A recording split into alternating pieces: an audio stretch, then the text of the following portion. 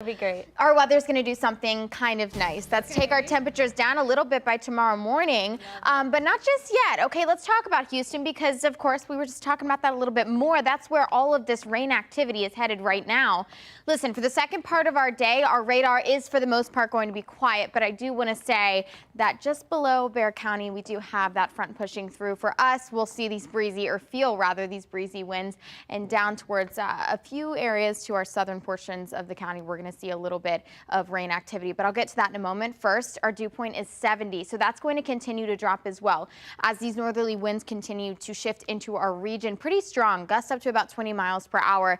Temperature isn't going to budge just yet. It's 94 degrees. We've got a good mix of clouds and some sunshine, and let's say hello to some of you. 93 at Randolph Air Force Base, 95 for Lavernia, Bandera. Good, I guess it's not morning anymore, afternoon, 87. I've been up for a little bit too long today. 92 for Stinson, 92 at Calaveras. Let's go ahead and run things through, okay? And by the way, this is our GFS short range model, and we're time stamping things in the upper right hand corner. That doesn't mean anything to you. It's just that this gives us the immediate future and a really accurate depiction here. So like I said, 3 p.m.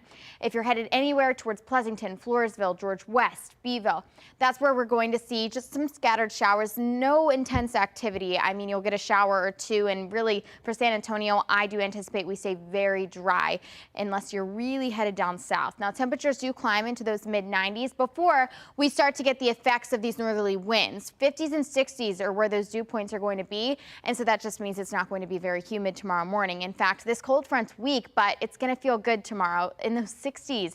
For the mornings, a taste of fall. We deserve it, I think so. 64 degrees early tomorrow morning, say around 7, 8 a.m. So you might need a little bit of a light coat, just a light one, guys, because then 90 degrees is where we're going in the afternoon. And then another taste of fall on Friday morning. It'll be beautiful, just like it is outside right now. Here's a look at your hour by hour breakdown. Again, I think we'll stay fairly dry into the afternoon, trending into those mid-90s, and then those 70s and then 60s overnight. I always like to check in with our drought monitor because we only have a 20% chance for rain.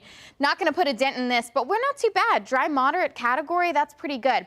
All the activity, of course, is with the X-ray of the atmosphere with our water vapor satellite imagery over towards the Florida coast, where all eyes are as we have Helene making landfall. Again, as a Category 3, likely heading into Thursday evening. We'll keep you updated on this track, but definitely bracing for the impacts there. Back at home, pumping the brakes. Here we are. Dry conditions for Thursday and Friday all the way into the weekend. In fact, we have no weather impact alert days because it's just going to be beautiful. So it's a good 2 weeks to be living here in San Antonio. That's for sure, Audrey.